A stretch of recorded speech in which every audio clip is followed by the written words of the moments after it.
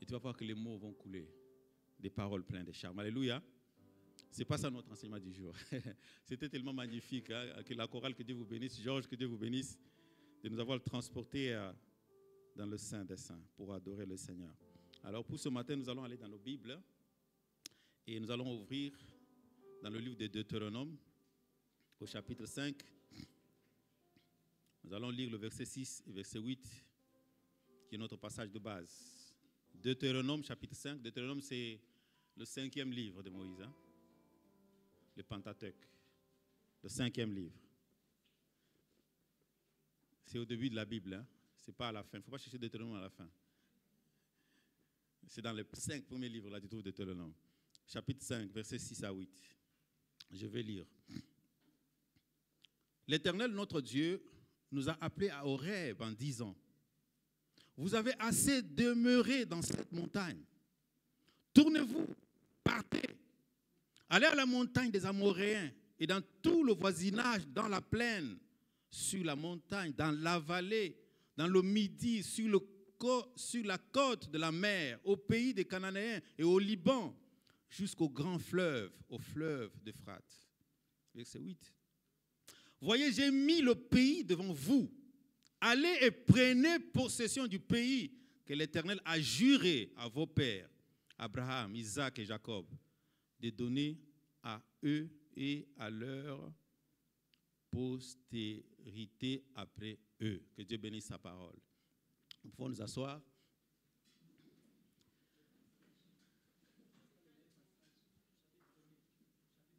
C'est chapitre 1. Ah bon. J'ai mal copié. Mais moi, j'ai copié le passage, je l'ai collé sur ma tablette. C'est pourquoi. Je ne suis pas en train de lire directement dans la Bible. Je suis en train de lire, j'ai copié-collé. Donc, j'ai mal pris les références. C'est quelle référence? Chapitre 1, verset 6 à 8. Corrigez, hein? Deutéronome chapitre 1, pas chapitre 5. Verset 6 à 8, pour ceux qui prennent les notes. Comme ça, à la maison, vous pouvez le relire. Alors ici, Dieu parle aux enfants d'Israël. Et Dieu s'étonne qu'ils soient toujours là, au mont Horeb. Dieu est étonné qu'après autant de temps, ils sont toujours là, sur le mont Sinaï. Le mont Sinaï, c'est le lieu où Moïse avait vu le buisson ardent. C'est le lieu où Moïse avait rencontré Dieu. Et Dieu lui a dit: tu pars en Égypte, tu libères mon peuple et tu le ramènes sur cette montagne pour m'adorer, pour me servir. Voilà pourquoi Moïse disait tout le temps à Pharaon: moi et le peuple, nous allons sortir pour aller au désert pour servir le Seigneur. C'est ce que Dieu lui avait dit. Que tu reviendras avec ce peuple jusqu'ici, sur le mont Horeb, sur le mont Sinaï, pour me servir. Le mont Horeb, c'est là que Moïse avait rencontré Dieu et c'est là que Dieu a conclu alliance avec son peuple. Ce peuple vivait en Égypte. Parfois, on s'est fait des illusions. Il n'y avait pas de Bible en ce moment-là. La Bible n'existait même pas. Tout ce qu'ils connaissaient de Dieu, c'était des paroles transmises de bouche à oreille par la tradition orale. Il n'y avait pas de Bible. Ça, ce sont les 5 livres, les 5 premiers livres, c'est Moïse qui a commencé en fait à écrire pour constituer finalement la Torah. Et aujourd'hui, on a la Bible. Donc avant Moïse, il n'y avait pas les écrits. Tout ce qu'ils savaient de Dieu, c'était des choses qu'on leur racontait. Dieu avait dit que nous serons esclaves ici pendant 400 ans. Après, nous partirons. C'est resté comme ça. Et donc, ce peuple, ce n'était pas un peuple qui était forcément un peuple qui servait Dieu, qui adorait Dieu, qui craignait Dieu. Non. Mais Dieu est fidèle. Dieu accomplit ces choses parce que c'est sa promesse. Il avait donné la promesse à Abraham, au patriarche, qu'il sera le Dieu d'Israël. Et il avait même prévu qu'Israël séjournerait 400 ans en Égypte. Et qu'après, il reviendrait dans la terre promise, que Dieu avait déjà montré à Abraham. Dieu agit par sa fidélité. Ce peuple n'était pas sur le mont Horeb parce qu'il le méritait d'être là. Mais simplement parce que Dieu est fidèle dans l'accomplissement de ses promesses. Et c'est le lieu où Dieu va se révéler à eux Je peux dire que c'est là qu'ils commencent à faire connaissance de Dieu finalement. Ce Dieu dont ils ont entendu parler par la tradition orale, de bouche à oreille par leurs ancêtres, c'est au moment Horeb qu'ils font la rencontre personnelle avec lui. Je me souviens qu'il y a même un épisode où Moïse vient de leur dire, Dieu a dit, non Moïse, c'est assez. C'est toujours toi qui parles là, tu viens, Dieu a dit, non, nous voulons que ton Dieu là, qui vienne nous parler nous-mêmes. Mais c'est bien parfois de mettre Dieu comme ça au défi, pour s'assurer. Est-ce que Moïse ici ne nous raconte pas des histoires? Il va dans les montagnes, là il entend des grondements, il vient nous dire, oh Dieu m'a dit, non, Moïse, ton Dieu là qui vienne. Et puis la Bible dit, et puis Dieu a commencé à faire les pas. Un pas de Dieu est égal à un tremblement de terre. Ils ont dit, hey, Moïse, non, nous ne voulons plus mourir. Hein. Dis à Dieu de rester là-bas, qui te parle à toi, que toi tu viens de nous dire. Alléluia.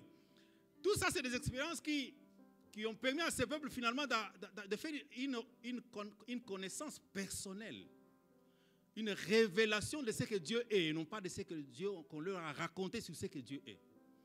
Ils ont fait la rencontre du Dieu Tout-Puissant.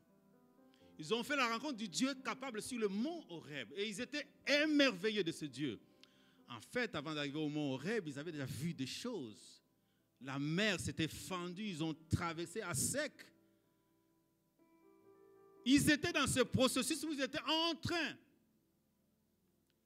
d'entrer dans la révélation et de la connaissance de Dieu. Vous savez, chacun de nous sommes appelés à ne pas rester au Dieu qu'on nous a raconté. À ne pas en rester au Dieu qui est écrit dans la Bible. Si tu restes seulement au Dieu que Moïse a raconté, parfois il sera difficile de tenir ferme dans la marche. Mais quand tu as fait l'expérience de ton Dieu, tu as fait une rencontre personnelle avec ce Dieu, ça change tout. Ça me rappelle même l'épisode de la femme samaritaine. Quand elle est partie dans le village, dire aux gens, venez voir quelqu'un qui m'a dit toutes choses sur ma vie. Ils sont venus après, ils ont dit, non, on ne croit pas parce que toi tu nous as dit. Parce que nous-mêmes, on a fait sa rencontre. Sûrement qu'ils ont expérimenté des guérisons. Ils ont expérimenté des miracles. Ils ont expérimenté des puissances. C'était merveilleux. Ce que je suis en train de dire, c'est qu'au mont Horeb, c'était un rendez-vous de Dieu avec son peuple. Un lieu où Dieu s'est révélé à son peuple comme le Dieu Tout-Puissant. Non seulement comme le Dieu Tout-Puissant, mais aussi comme le Dieu Saint. N'oubliez pas que ces gens étaient habitués à l'idolâtrie, à la magie en Égypte. Ils vivaient en Égypte. On n'a pas beaucoup tous les détails, mais ne pensez pas qu'ils étaient parfaits. Hein? Ils vivaient en Égypte, là où il y avait la magie, il y avait tout. Et d'ailleurs, la Bible dit, Moïse avait été élevé selon toute la sagesse de l'Égypte. Ça veut dire que selon toute la magie des Égyptiens, toute la magie des pharaons, là, Moïse était élevé dans ça. Avant d'avoir l'appel de Dieu, de rencontrer Dieu. Ce peuple, au mont Horeb, fait l'expérience du Dieu saint. Le Dieu qui leur dit, écoute, vous avez vu en Égypte des choses, les gens vivent d'une certaine manière, des idolâtries, mais voici le code de conduite, les termes de l'alliance entre vous et moi, au mont Horeb. Dieu établit son alliance avec ce peuple. Il se révèle personnellement à ce peuple et il leur dit, je suis un Dieu saint. Vous n'allez pas continuer à vivre comme en Égypte, ça doit changer. Voici les termes de l'alliance. Horeb était un lieu magnifique, un lieu de la rencontre, au point qu'ils ont oublié que ce n'était qu'une étape. Et ils sont restés à Horeb.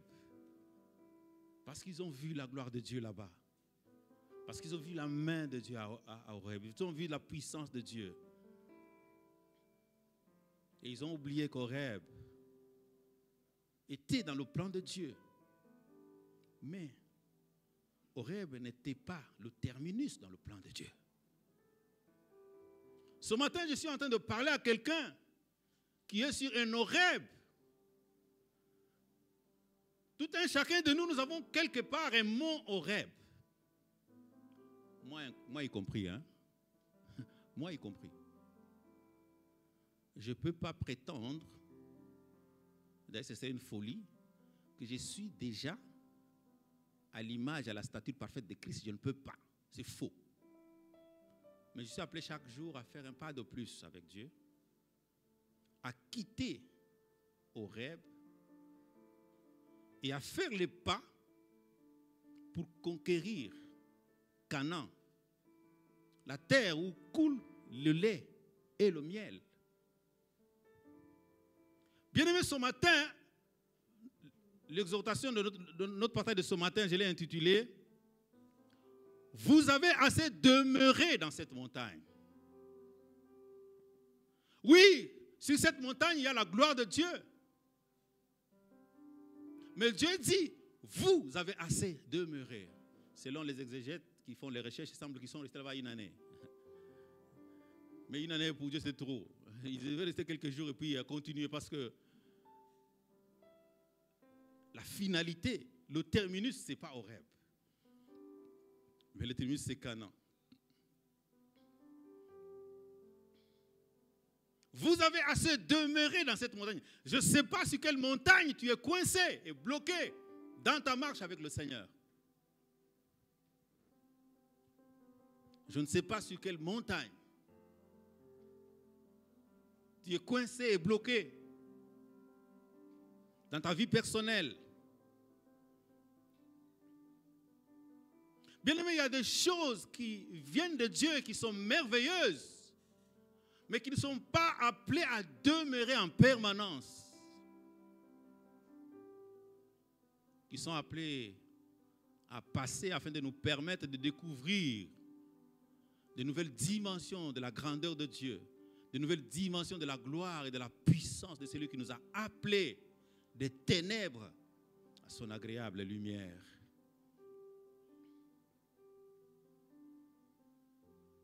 Vous savez, nous sommes tous chacun nés dans une famille. Imaginez que j'ai 56 ans aujourd'hui. Imaginez qu'à 56 ans, je suis toujours chez papa et maman.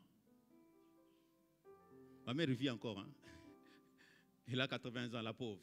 Elle a même du mal à marcher. Mais imaginez que je me lève le matin, maman, je vais manger. Horeb.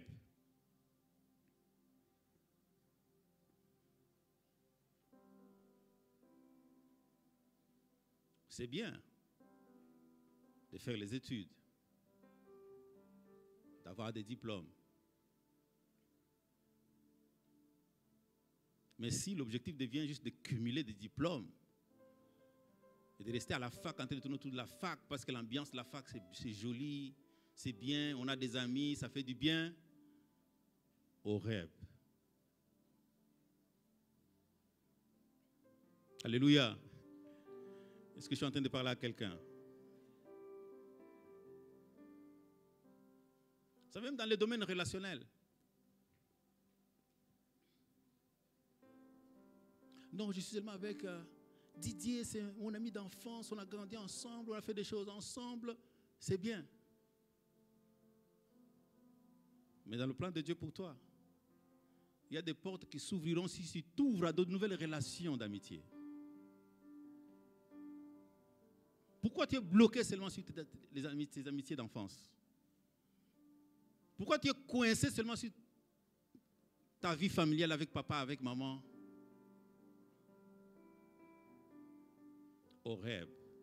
Avoir une famille n'est pas mauvais. Vivre en famille n'est pas mauvais. Mais c'est limité à être dans l'ambiance de la famille sans s'élever pour avancer vers l'objectif et le plan de Dieu. Ça, c'est un gros problème. Et d'ailleurs, comme je le disais, si à 56 ans, je suis toujours chez maman, en train de lui demander de préparer le foufou pour moi, je vais créer beaucoup de problèmes.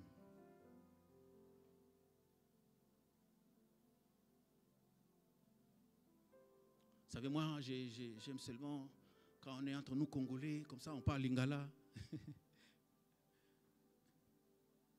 C'est bien. Mais il y a des choses que tu risques de rater si tu restes enfermé dans ta congolité, dans ton ivoirité, ou dans ton quoi? Ajoutez, hein? Chacun ajoute pour lui.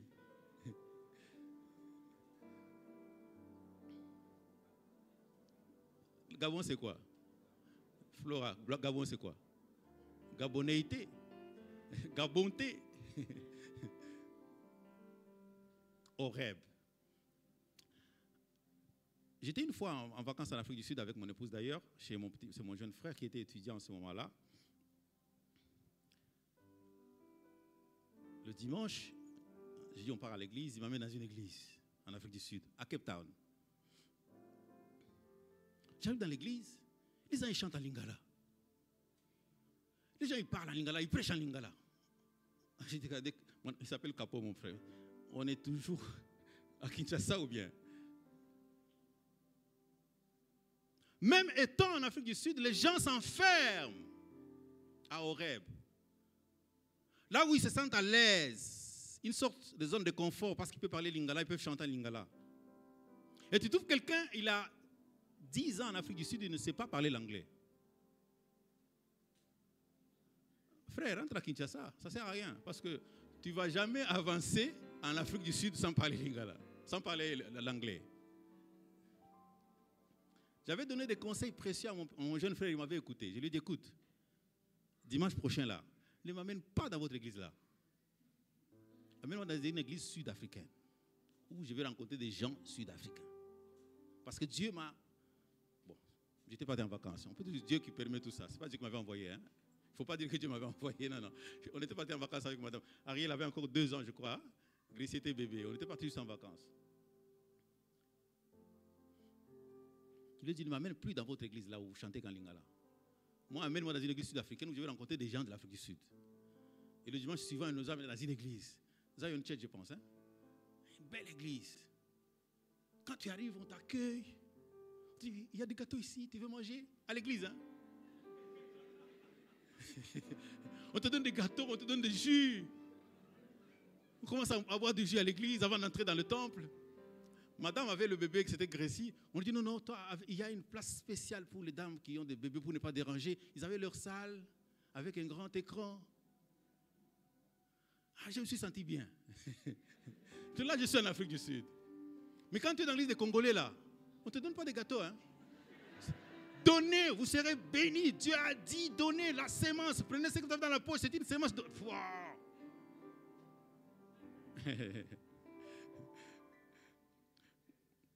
Mon jeune frère m'avait écouté. Et il s'est arrangé même pour, étant étudiant, être colloque des étudiants sud-africains. Blancs, carrément. Parce que Cape Town, c'est majoritairement blanc. C'est 80% de blancs et 20% de noirs. Ou un peu plus. En tout cas, il y a plus de blancs que de noirs à Cape Town. La conséquence, c'est quoi? C'est qu'il a fait ses études, il parle l'anglais couramment, il est diplômé, ingénieur. Il a un poste de responsabilité en Afrique du Sud aujourd'hui. Il y a 2 ans, je pense, son entreprise l'avait muté en France. Après, il n'a pas aimé. Il a préféré vivre en Afrique du Sud. Tout ça parce qu'il a quitté une zone de confort. Et je vous assure, hein, Capo n'était pas seul, madame le sait. Il était avec d'autres cousins aussi, de la famille, qui sont restés dans la congolité. Aujourd'hui, là, ils sont déjà à Kinshasa. Ils n'ont pas pu s'en sortir en Afrique du Sud. Ils sont rentrés à Kinshasa carrément. Mieux vaut pour eux. Ils ne s'en sortent pas autant que l'autre. Tout ça parce que, à un moment, on est resté à Horeb. Un lieu où on se sent à l'aise.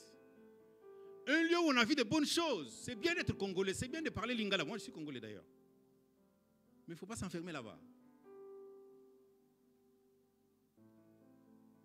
Tu es au Maroc.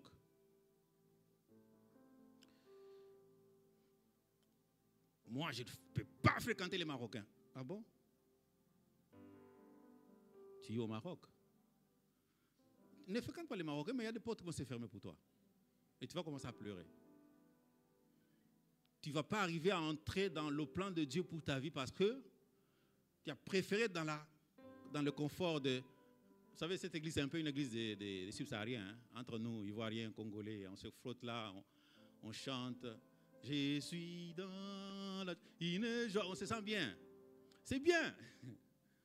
Mais ça ne t'empêche pas, quand tu sors d'ici, dans le milieu professionnel, dans le milieu estudiantin, d'être au contact des autres. Dieu, en t'amenant ici, savait qu'il y a des Marocains dans ce pays.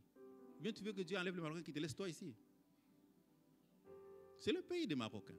Dieu t'a amené chez les Marocains. Pourquoi tu dis, moi, je ne peux pas? En disant ça, sache que tu restes à Horeb. Mais ce n'est pas la volonté de Dieu. Bien-aimé, échouer, ce n'est pas seulement mal faire les choses. Hein. Échouer, c'est aussi arrêter d'avancer. Échouer, parfois, c'est arrêter d'avancer. C'est contenter d'un certain niveau.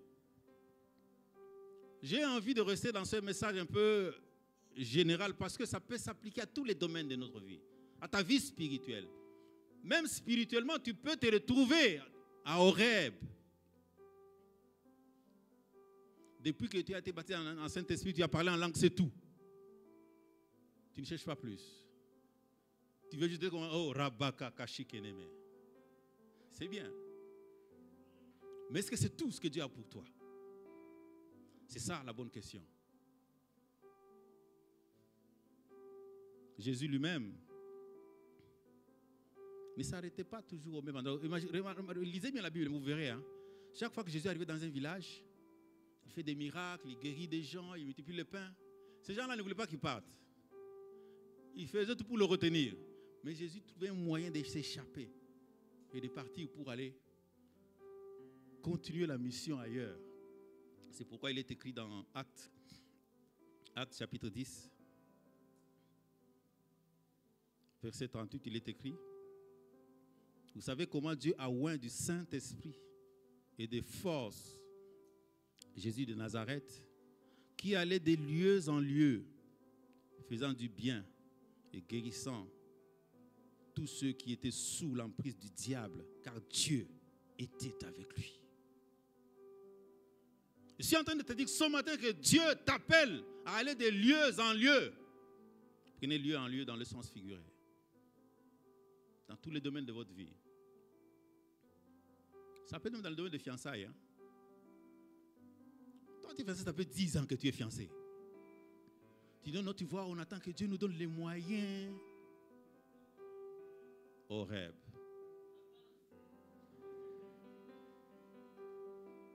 On ne se marie pas à cause de moyens. Si Dieu te donne la bonne personne, tu te maries. Maman Patla m'avait accepté, elle était courageuse. Hein? Je n'avais rien. je n'avais rien. J'avais un petit travail là. J'étais ingénieur diplômé d'université, de la Polytechnique. Et mon salaire était de 1500 dirhams. $150 en ce moment-là. Elle était en terminale en train de finir les études. On s'est décidé de se marier avec ça. C'est elle qui faisait le plan. Elle dit non, on peut faire le plan. Je vous dis la vérité, hein. On me payait 150. Elle devait prendre 100 et garder chez elle parce qu'elle vivait au campus, comme à l'UPM, hors de la ville. Et moi, j'avais une petite 2 pièces que j'ai louées à $20 d'ailleurs, ou $25, ça fait 200 dirhams ou 300 dirhams. Elle gardait les $100, les 1000 dirhams chaque mois. Et après 5-6 mois, on se retrouve, on a 6000 dirhams. En Afrique, la dot, c'est quoi? C'est un pagne pour papa, c'est un pagne pour maman, c'est un pagne, ça coûte combien? Ça coûte 1000 dirhams. C'est $100. Hein, le pagne, super wax que les Africains. C'est $100. Donc avec 1000 dirhams, tu peux acheter un pagne super wax.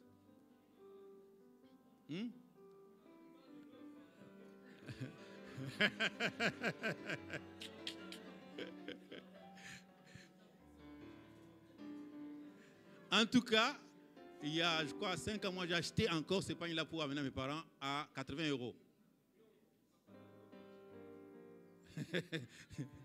Bon, en tout cas, ça peut être légèrement différent parce que le temps, je parle d'une histoire d'il y a 21 ans quand même. Il y a 21 ans, c'est possible qu'il y ait d'évaluation, mais ça ne vous encourage pas à dire non, moi j'attends encore que j'ai beaucoup. Ce que je veux dire, c'est quoi? C'est qu'avec peu, si on est dans le plan de Dieu, on avance. Si Israël avait posé des conditions à Dieu pour dire non, nous pour partir d'ici, donne-nous d'abord un conteneur de pain, une chambre froide de viande, comme ça on va aller en mangeant. Ils allaient rester en Égypte, hein, en train de manger les concombres. En tout cas, on a commencé comme ça. On n'a pas beaucoup de temps, je ne veux pas aller trop loin. Vous avez compris le message. On a commencé comme ça avec ma Patricia. On a fait des petites économies comme ça et on s'est lancé. Dieu est bon. Il faut peut-être ajouter quelque chose. Je ne veux pas tout dire. Hein. Les jours que on a réuni tout ce qui était en nature, les vestes, les pagnes, j'ai réuni tout ça, mais je n'avais pas encore tout ce qu'il fallait comme argent. Le jour que je me suis décidé, j'ai dit, bon voilà, maintenant je vais aller dans la famille de Patricia. J'ai informé à mon patron qui me paye 1500 dirhams là. C'était un Congolais. Bon, là je vais voyager pour aller me marier. Il a sorti une enveloppe.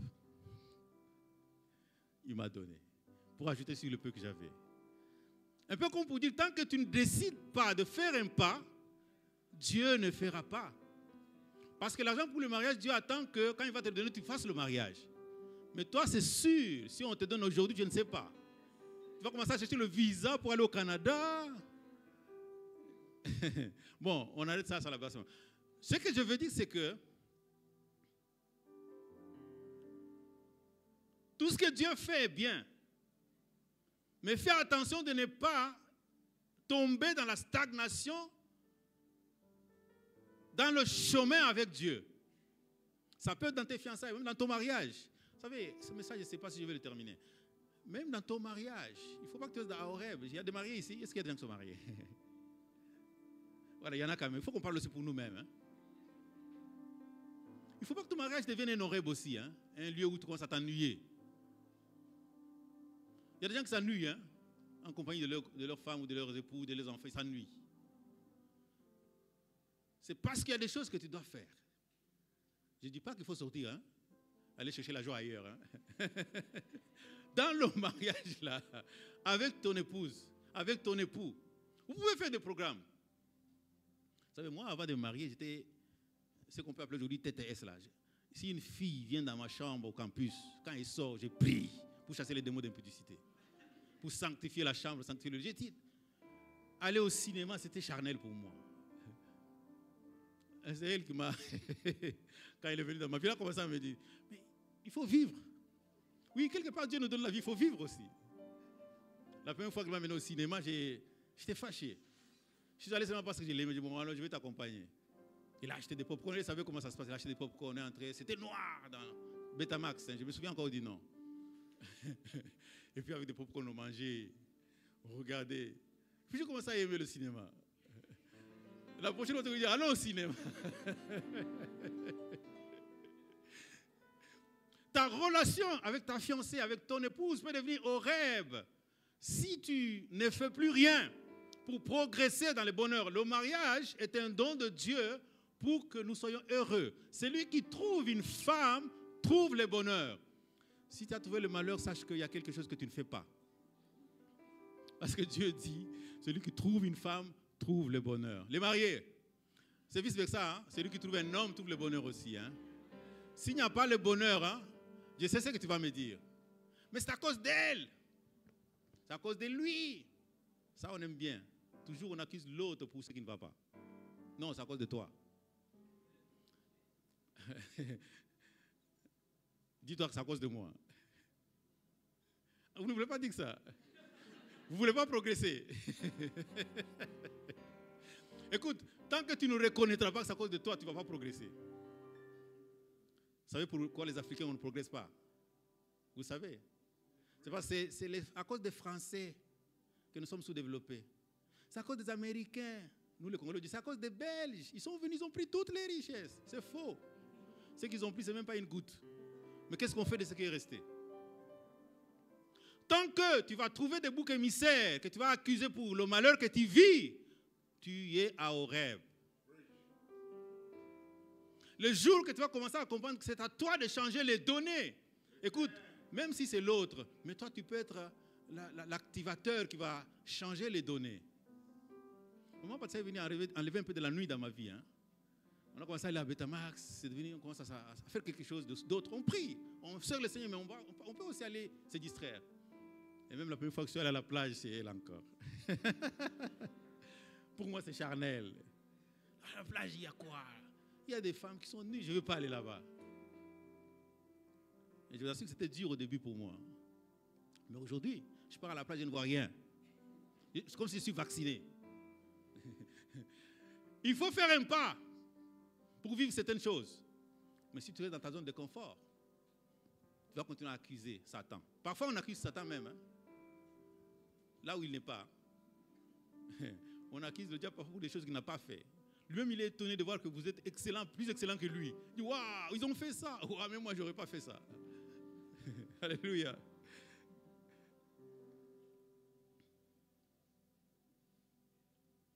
Il faut que j'aille vite pour terminer.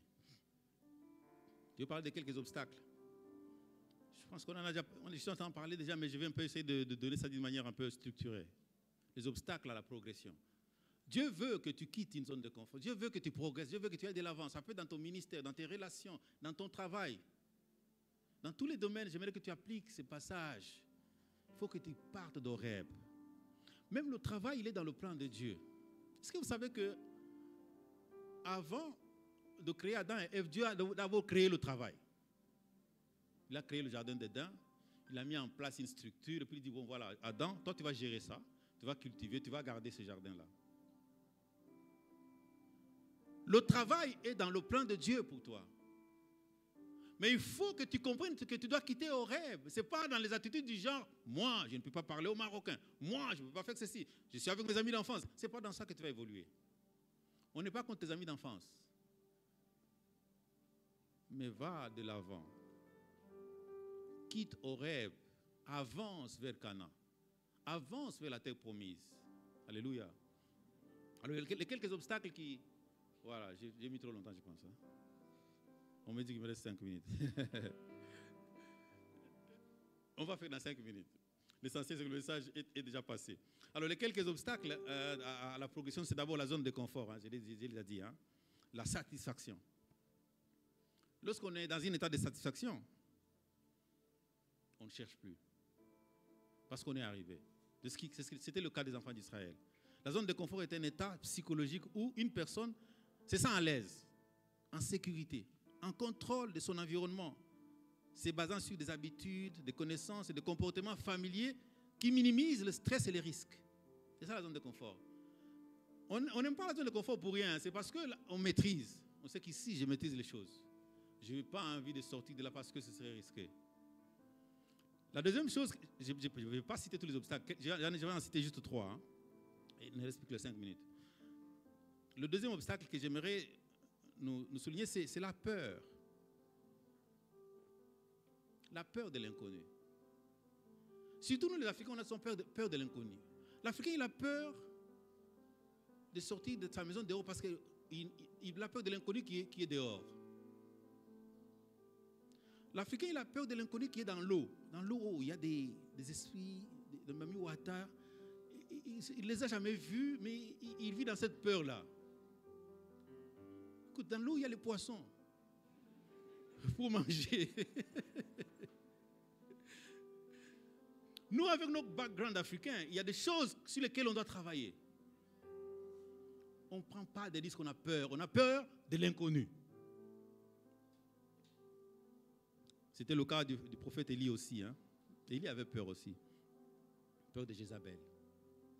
Après avoir fait des prodiges, après avoir égorgé le prophète de Baal, Jézabel parle et Élie fuit. Moi, je suis convaincu qu'Élie n'avait pas achevé sa mission. Hein. Mais comme Dieu est fidèle, il dit, bon, si tu es fatigué, c'est bon, passe le manteau à Élisée. Ne crois pas que tu es indispensable pour Dieu. Hein. Ne crois pas que si Dieu a passé le manteau à l'autre, c'est parce que toi, tu as terminé ta mission. Parfois, c'est parce que toi, tu ne veux pas continuer. Alors que Dieu voulait continuer avec toi. Voyez-vous, quand l'ange est venu trouver Élie, il dit, Élie, mais qu'est-ce que tu fais ici? Élie, tu fais quoi ici? Tu as égorgé 450 prophètes de Baal. Le chiffre, c'est combien? Combien? 450? Mais tu as peur de Jézabel. Tu fais quoi ici, Élie? Et il commence, non, j'ai déployé mon zèle, je suis resté le seul. Hey, tu n'es pas le seul. J'ai encore 7000. Dieu a toujours des réservistes. Si tu refuses de t'engager dans le service là, Dieu a toujours des réservistes. Juste d'être étonné, Dieu prend Yona, il commence à l'utiliser ici, il prophétise. Hein. Yona, reçois. Dieu laisse de prendre les enfants là, il commence à les utiliser ici, il nous prêche la parole. Si nous, on commence à faire trop de fiers, il faut qu'on te supplie pour servir, pour chanter, il faut qu'on te supplie. Tu traînes les pieds. Dieu a des réservistes. Élie avait peur, mais Dieu n'en avait pas fini. Le troisième et le dernier, c'est le découragement.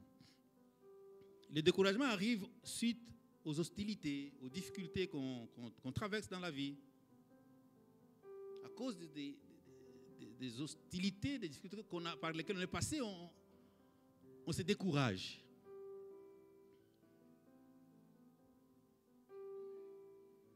Je citerai le cas des 10 espions de Moïse. Après avoir fait tout ce parcours-là, traverser le désert, traverser la mer Rouge, on les envoie pour aller explorer la terre promise. Ils viennent décourager et ils sèment le découragement dans le peuple pour dire, nous avons vu des fils d'Anak, des géants.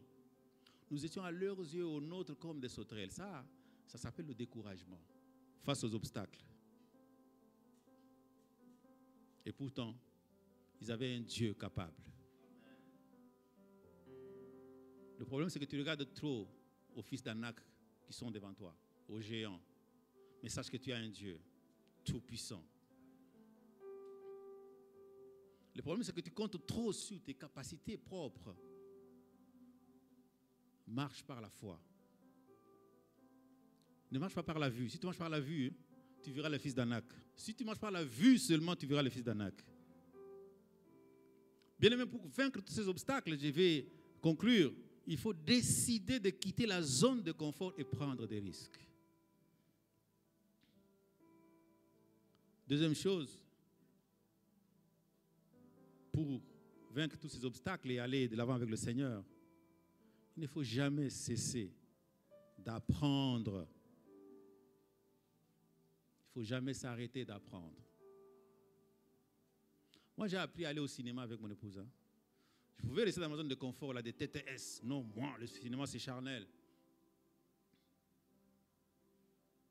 La vie est une école. Tu as des difficultés avec ta fiancée, apprends. Même Dieu a des difficultés dans les relations. Sinon, Satan ne serait pas dehors. Ça dit, la relation avec Dieu et Satan, moi, c'était compliqué. Satan, on l'a chassé. Les démons, n'en parlons pas. Il n'y a pas que toi qui as des difficultés dans les relations. Même Dieu a des difficultés dans les relations. Apprends. Dans ton mariage, tu as des difficultés avec ton épouse, ton époux. Apprends. Lis. Écoute les gens. Fais appel à ceux qui ont de l'expérience. Sinon, tu vas rester dans ta zone de confort. Moi, je ne veux pas. Ils vont savoir que moi, non. Ils vont savoir qu'ils sont du... Non. Sur Facebook, là, tu mets seulement des photos, là. Quel du bonheur. Alors que tu vis le calvaire. Apprends. Ne jamais cesser d'apprendre. Dans tous les domaines. Relationnels. Professionnels. Apprends auprès des Marocains, là, que tu méprises. Hein. Apprends. Je vous assure. Quand je venais d'arriver, moi aussi, j'avais des difficultés. Hein. Ça fait 18 ans que je suis au Maroc, que je travaille dans le milieu marocain. J'avais des difficultés aussi. Je ne dis pas que c'est facile. Mais avec le temps, tu peux apprendre. Avant, quand les collègues parlaient de moi, je me fâchais. Je me disais, ils sont mauvais, ils sont racistes, je m'isole dans mon coin. Mais je me trompais tout simplement. Parce qu'avec le temps, j'ai compris qu'ils ne parlent pas que de moi. Même entre eux, ils parlent chacun de l'autre. Donc, ce que moi j'ai interprété comme étant racisme là, c'est faux. Au début, je pouvais conclure que bon, les Marocains sont racistes. Ils parlent toujours en mal de moi. Mais depuis que j'ai compris que non, tout le monde parle de tout le monde. Et que si tu n'es pas connecté, tu seras le dernier à être informé de ce qui se passe dans la société. Est-ce que vous savez que parfois on sait? Je vous assure, c'est compliqué. Si tu es connecté, tu vas apprendre des choses qui ne sont pas encore officielles, hein, mais c'est déjà connu de tous. Mais si tu es isolé là, tu seras le dernier à être informé, tu es surpris. Depuis que j'ai compris ça là, on est toujours ensemble. Mais moi j'évite de parler. Hein. Il faut faire attention. Je n'ai pas dit qu'il faut aller commencer à parler aussi. Moi j'aime écouter. Et parfois donner des conseils, c'est bien. Mais en tout cas, ne pas s'isoler. Quand on part au restaurant pour manger ensemble, les gens ils parlent. Oui, il faut être là. Au début, on partait au restaurant, j'allais tout seul, je prends mon plateau, je mange tout seul. Tu vas rester à Horeb et tu ne vas pas avancer. Vous savez, dans la vie professionnelle, on gagne un travail par ses compétences techniques, ses capacités de faire quelque chose. Mais on évolue dans la carrière par des compétences relationnelles, des compétences managériales. Quel que soit ton niveau de compétences techniques, si tu n'es pas capable d'avoir une relation professionnelle avec tes collègues, tes supérieurs et même ceux qui sont en bas de toi, tu es foutu. Même ceux qui sont inférieurs à toi, ceux qui sont sous ton commandement, si tu n'as pas une bonne relation professionnelle avec eux, c'est eux qui vont te piéger et te faire tomber. Alléluia. Ne jamais arrêter d'apprendre dans le domaine relationnel, avec son épouse, avec ses enfants, avec les étrangers. Nous qui avons choisi de vivre en expatriation, c'est notre école. Hein. Si tu choisis de faire carrière hors de ton pays, sache que tu t'es mis dans un contexte spécial et particulier qui nécessite que tu te formes, que tu apprennes pour que tu ailles là où coule le lait et le miel. Sinon, tu vas rester à Horeb, en train de te plaindre. Alléluia. Je vais terminer par le troisième point dans les comment vaincre les obstacles. J'ai parlé de décider de quitter la zone de confort et de prendre des risques. J'ai parlé de ne jamais cesser d'apprendre dans tous les domaines. Je vais finir par savoir discerner les saisons et saisir les opportunités que Dieu donne. Ça, c'est important. Savoir discerner les saisons. Dans la vie, il y a des saisons. Il y a des moments où la piscine est agitée. Hein?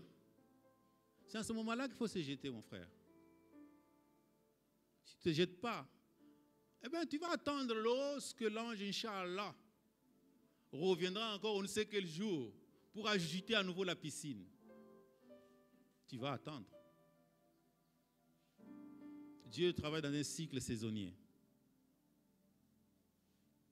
Il y a une saison où Dieu va mettre devant toi peut-être l'homme de ta vie. Il faut que tu discernes. Mais si tu restes enfermé dans ton ivoirité, moi je n'aime pas les Camerounais. Ah, c'est le Cameroun là que Dieu avait prévu pour toi.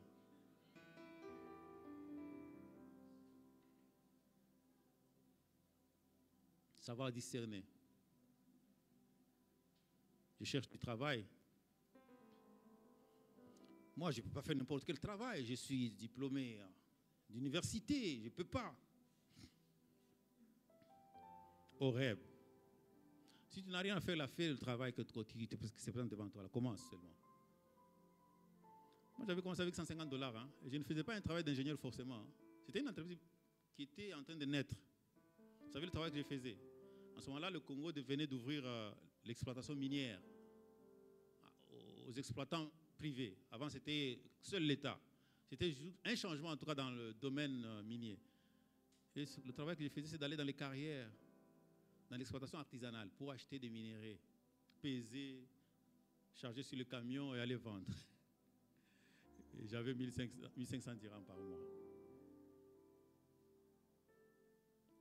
Mais c'est en allant vendre ces minéraux-là, qu'on a chargés là, en Afrique du Sud, que mon patron, c'était un Congolais, a vendu ces minéraux aux Australiens. Les Australiens ont dit c'est un très bon minerai. Ils sont venus au Congo, ils ont dit nous, on veut installer l'usine ici pour exploiter ces minéraux. Ils ont signé un partenariat. Mon patron devait travailler sur la partie minière pour apporter les minéraux. Les Australiens ont amené une usine clé en main. J'ai quitté de minier à ingénieur de projet. Et on a monté l'usine. Pendant le projet, mon salaire est passé de 1500 à 5000. Quand même. Imagine, tu avais 1500 et puis tu passes à 5000 dirhams. Mais je voyais comme si la terre m'appartient. Quand tu es habitué à vivre avec 50 dirhams là, tout d'un coup, tu as 5000. Je t'assure, on est parti avec madame, on n'était pas encore mariés. On avait déjà doté, mais on n'était pas encore mariés. On a switché de 1500 à 5000. Mais on faisait les vitrines. On allait au carré du Congo pour regarder les choses, acheter la télévision, acheter ceci, mettre dans la maison. Et c'est allé très vite, hein, plus vite. On a fini l'usine. On a démarré l'usine. Je suis devenu le directeur de l'usine. Ce n'est plus avec 5 000, mais je ne veux pas dire le dernier salaire. Je ne veux pas dire. C'est pour vous dire qu'on peut partir de 1500 à quelque part. Si on discerne l'opportunité, si on discerne la porte que Dieu ouvre, et Dieu commence toujours petit. Attention, Dieu ne commencera pas avec toi avec 100 000 $.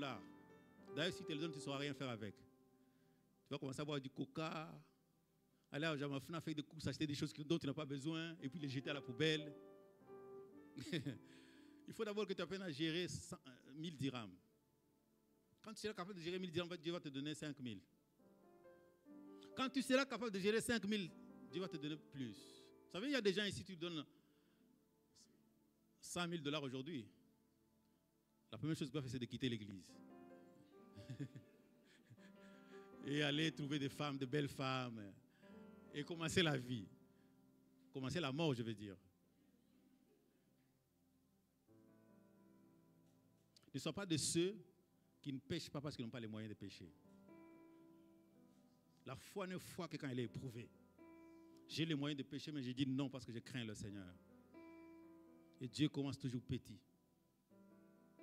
pour éprouver ta foi. Si tu ne réussis pas l'épreuve de vivre avec 1000 dirhams, 1500 dirhams comme moi, tu n'auras pas 5000.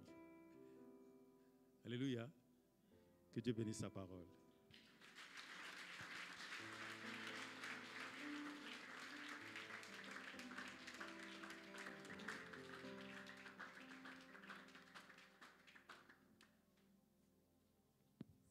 Pour ce message qui a été béni. Quittons Horeb. Peut-être nous allons passer de 1500 à 10 000. Amen. Nous allons rapidement tenir debout. On va confesser notre foi rapidement avant que le frère Fabrice monte pour les offres, pour les annonces. Nous allons lire ensemble. 1, 2, 3. Je déclare aussi.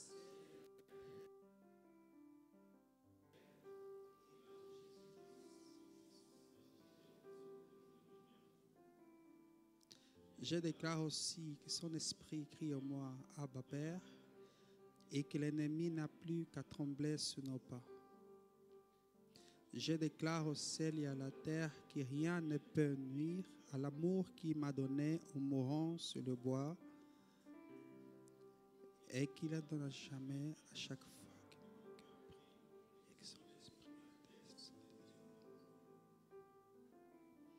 À mon Dieu soit le règne, la puissance et la gloire aussi. Amen. Amen. C'est important parfois de confesser notre foi en qui nous croyons. Amen. J'appelle le frère Fabrice pour les annonces.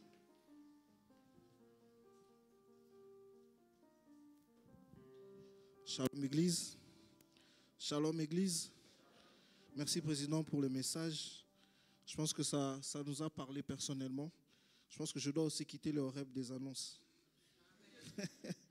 Alors, est-ce que l'Église aimerait accueillir ceux qui nous visitent pour la toute première fois? Vous êtes là des passages, vous êtes là pour raison des vacances ou pour autre raison. Prière de vous tenir debout dès là où vous êtes. Nous allons vous recevoir ce matin.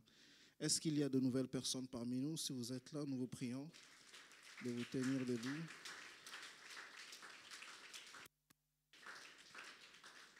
Voilà, vous allez vous présenter votre nom, votre nationalité et si possible la raison de votre présence à Marrakech.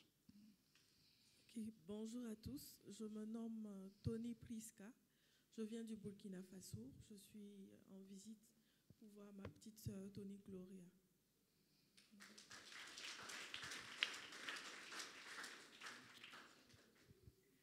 Bonjour, Yvan et Catherine, on vient de France, on était installés à Paris et on déménage à Marrakech, ça fait 2 jours qu'on est ici et donc merci pour ce message, il nous a beaucoup touchés. Amen.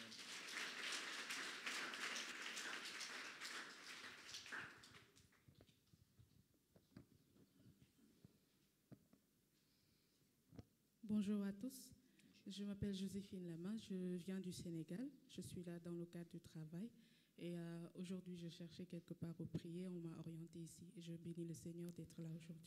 Amen. Bonjour à tous, je m'appelle Nouka Olga, j'ai été invitée par Micheline.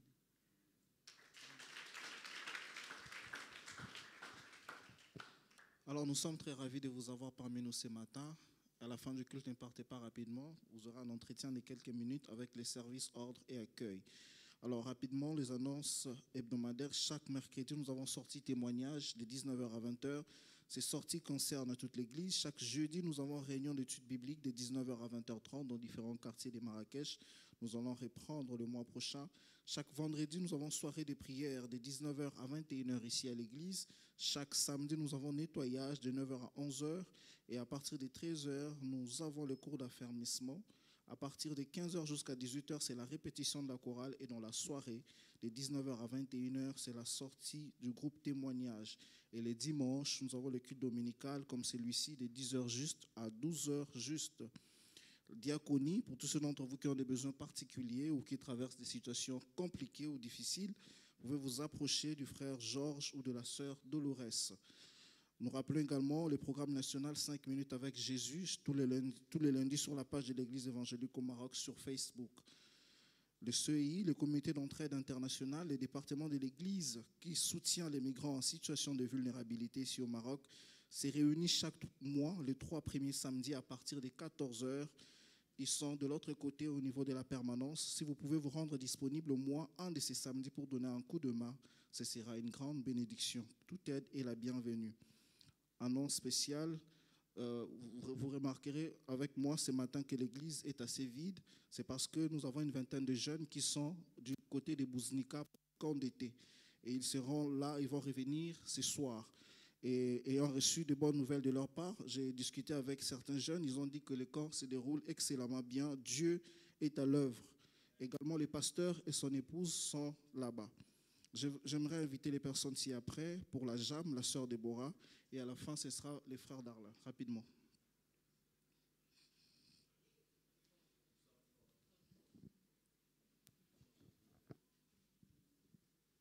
Jeunes gens en Christ. Et c'est vrai, vous avez été excellents tout au long de cette année. Et c'est pourquoi je me tiens devant vous pour vous confirmer notre AG qui se tiendra le dimanche 7 septembre, le dimanche prochain.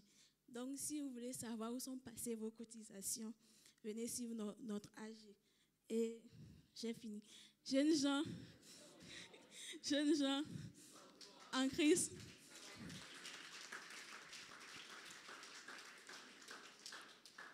Alléluia. Bonjour peuple de Dieu, j'espère que vous allez bien.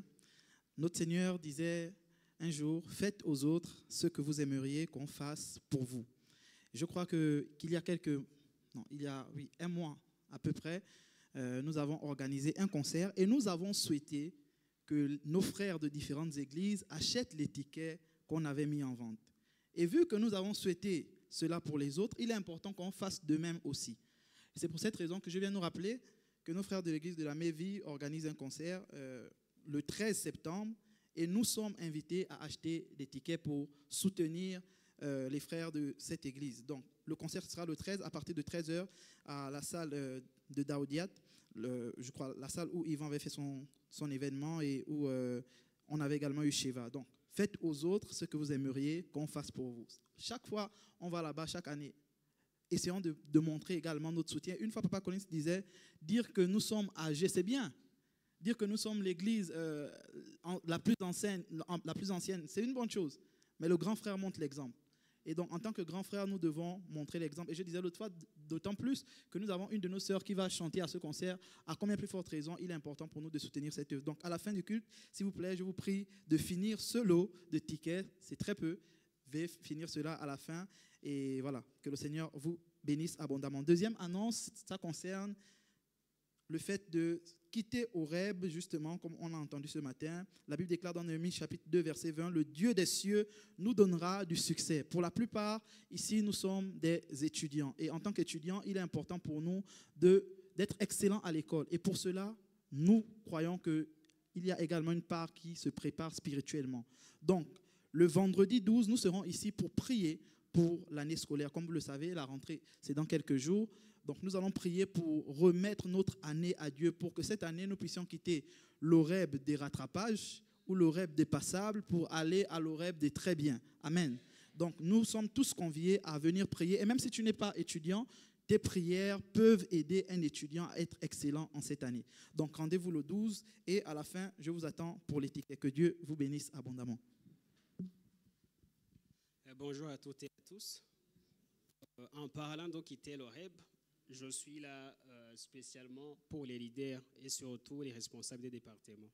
Ça fait un moment on avait fait appel à tous les départements qui ont des affaires dans le stock qui est à la SAC Carrefour.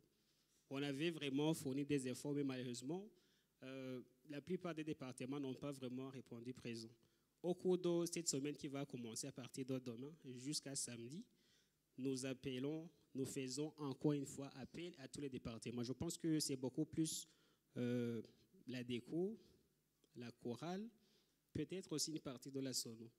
Ce qu'on va faire alors, c'est quoi? On va sortir tout à l'extérieur. Et puis, chaque département devra passer pour séparer ce qui est utilisable et ce qui n'est pas utilisable. Ça veut dire que tout département qui ne pourra pas venir pour séparer ce qui est utilisable et ce qui n'est pas, le reste, ce qui ne sera pas donc est pris comme utilisable, nous le considérons comme inutilisable. Pour dire qu'on va prendre tout le reste et mettre ça à la poubelle. S'il vous plaît, si vous savez qu'il y a des affaires vraiment que vous avez encore besoin, n'attendez pas après le samedi. Venez à partir de demain jusqu'à samedi, je serai là. Donc, je serai vraiment bien libre pour que l'on n'arrive pas à perdre des choses qui sont importantes, mais aussi pour l'ordre. Et surtout, comme vous le voyez bien, nous avons vraiment besoin de la propriété aussi. On ne peut pas faire de la propriété si on a un désordre. On a besoin de l'ordre. Donc, soyez là de lundi jusqu'à samedi. Merci beaucoup.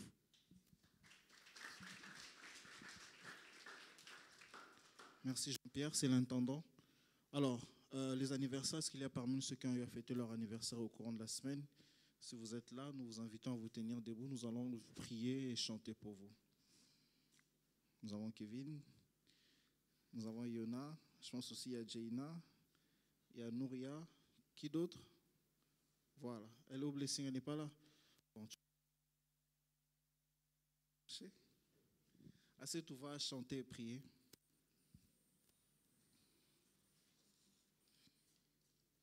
Bonjour l'Église, que Dieu vous bénisse. Vous allez m'aider, on va chanter pour nos bien-aimés qui ont eu à fêter leur anniversaire.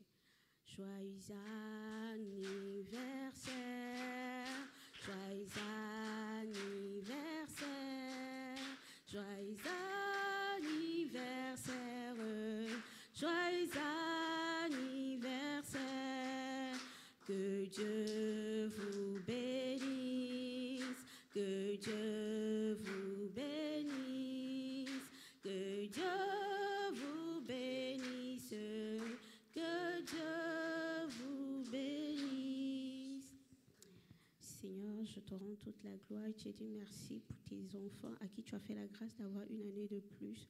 Seigneur, je prie qu'en cette année, que ta grâce soit sur les vies, Seigneur, que ta joie soit les partages, que ta paix soit les partages. Je prie que devant des difficultés, Seigneur, que tu les fais rappeler à ton assurance et tu les permets, Seigneur, d'avoir la foi et que la foi ne soit pas ébranlée au nom de Jésus. Amen. Amen. Merci, c'est tout. Verset de la semaine. Deutéronome 1, 6 à 7, la Bible dit: L'Éternel notre Dieu nous a à Horeb en disant: Vous avez assez demeuré dans cette montagne, tournez-vous et partez. Allez à la montagne des Amoréens et dans tous les voisinages, dans la plaine, sur la montagne, dans la vallée, dans les midis, sur la côte de la mer, au pays des Cananéens et au Liban, jusqu'au grand fleuve, au fleuve d'Euphrate. Ce serait la prédication du président Collins. Que Dieu vous bénisse. Excellent dimanche.